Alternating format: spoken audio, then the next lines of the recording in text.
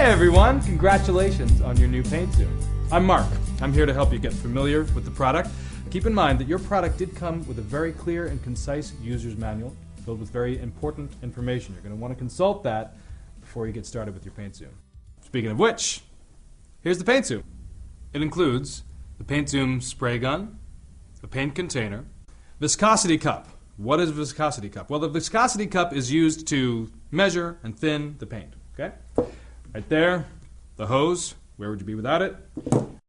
And the motor base. Putting the whole thing together is really simple. Watch this. Spray gun, container. Simply screw the paint container onto the paint gun, attach one end of the hose to the back of the gun, here, and the other end to the motor base. Plug it in, you're ready to go. Well, almost. First you have to prepare your space.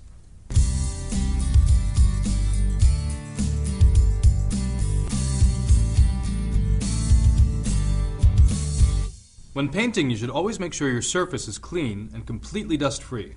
This will ensure you the best possible result. Although your Paint Zoom will produce very little overspray and paint mist, we recommend you cover any surfaces you wish to remain paint-free with a drop cloth and tape off all moldings, outlets, window frames, etc. And remember, keeping yourself safe is the most important thing. When painting, you always want to wear eye protection. You could use the big goggle kind like that, especially if you already wear glasses. I like to wear the smaller kind. It's really up to you. And you always want to breathe in as little paint fumes as possible. So you got your handy dandy mask right here. You always want to wear that. I'm not going to wear it right now because then you won't be able to understand what I'm saying. But when you're painting, it's crucial that you wear yours. And of course, remember that your user's manual has very important safety information. You're always going to want to look that over before you start using your Paint Zoom.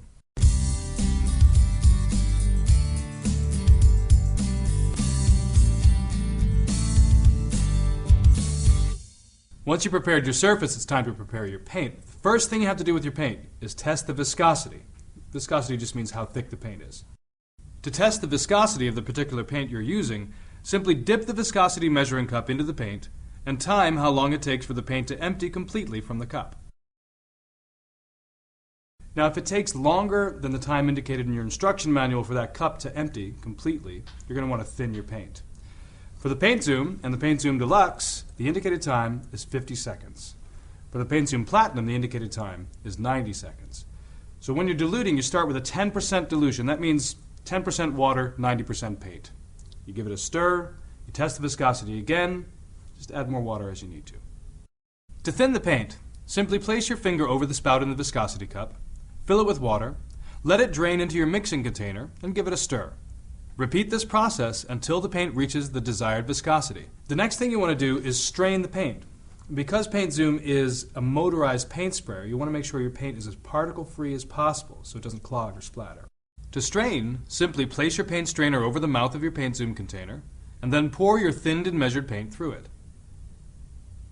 If you're using other materials like stain and varnish, you'll rarely need to thin, but you can also refer to the thinning chart in your user's manual for further information. You're probably going to want to do all of your paint preparation in a separate container from the one that came with your Paint Zoom. Something like one of these, simple bucket, something you can mark off how much paint you used, how much water you used, so you can repeat your process later. Also, if you find you need additional paint containers than the one that came with your Paint Zoom, you can order our 3 additional containers online at www.paintzoom.com. All paint is different. Different paint types need to be used for different jobs.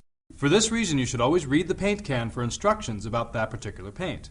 Also, we recommend you test your paint by test spraying onto a sheet of cardboard or scrap wood. This will also give you a little practice working with the distance and flow rate of your paint before you take it to the job. When you're spraying something high up, such as the top of a wall or a ceiling, you should angle the suction tube towards the rear of the paint container. Similarly, if you're working on a lower surface, like the floor, you should angle the suction tube towards the front of the container. This will ensure you waste the least amount of paint possible. One of the things that makes Paint Zoom so spectacular is its versatility. You can do multiple different types of projects because of this spray pattern adjuster. It's got 3 positions: horizontal, vertical, spot jet. Now let me show you how this works. For instance, setting the nozzle vertically is great for wide surfaces like walls or floors. The horizontal setting is best if used on ceilings and wood slats like you might find on fences. The spot jet setting is perfect for corners and other hard-to-reach areas.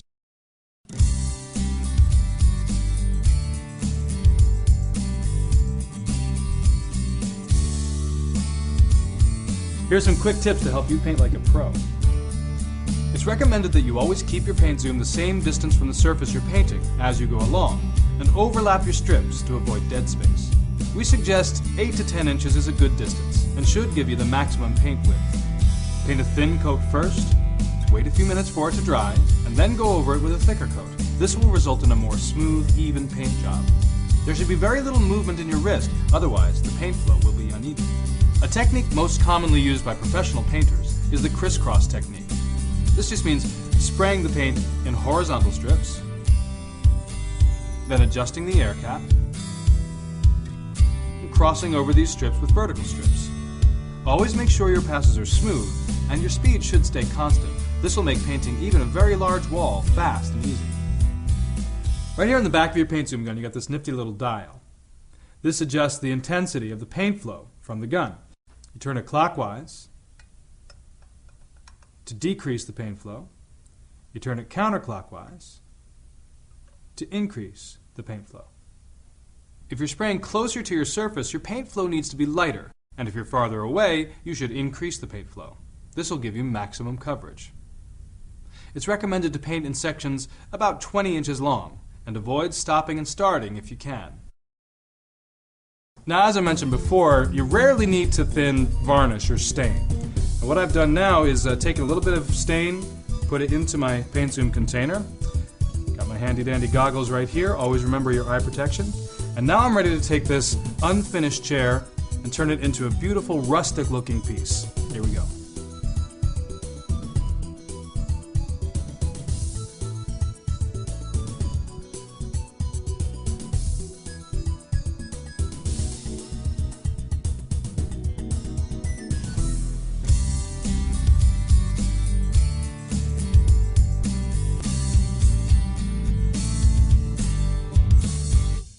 Keeping your paint zoom clean is very important for a professional looking paint job.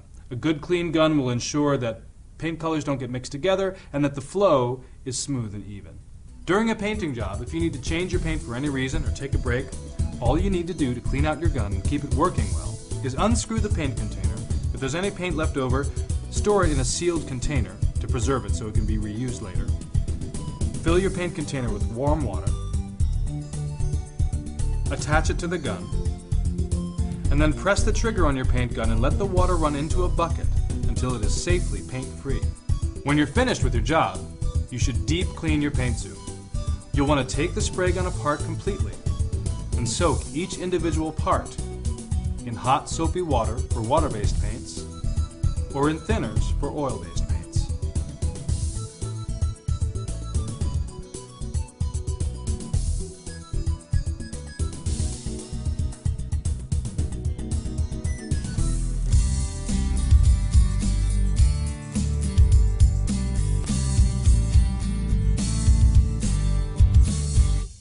While using your paint zoom, you may come across a few simple problems. If you're getting uneven, splattered coverage, your paint is too thick. Try thinning or straining the paint. If your coverage is too light, try to spray slower and move closer to your surface, or simply increase the paint flow. If you're running into drips and snags, increase your distance from the surface, or try thinning your paint. If you're ending up with orange peel, otherwise known as air bubbles, the surface temperature is too cold and there are air pockets in your paint. Try to reduce viscosity and paint in warmer weather. If the paint is leaking from your spray gun, the container might be loose, needs to be tightened. If you have any other problems, refer to the troubleshooting section in your user's manual. Log on to www.paintzoom.com or call customer service from the number on your screen. Alright, so those are just a couple of basic tips to get you moving onto beautiful, professional looking paint jobs with your paint zoom. Go have fun.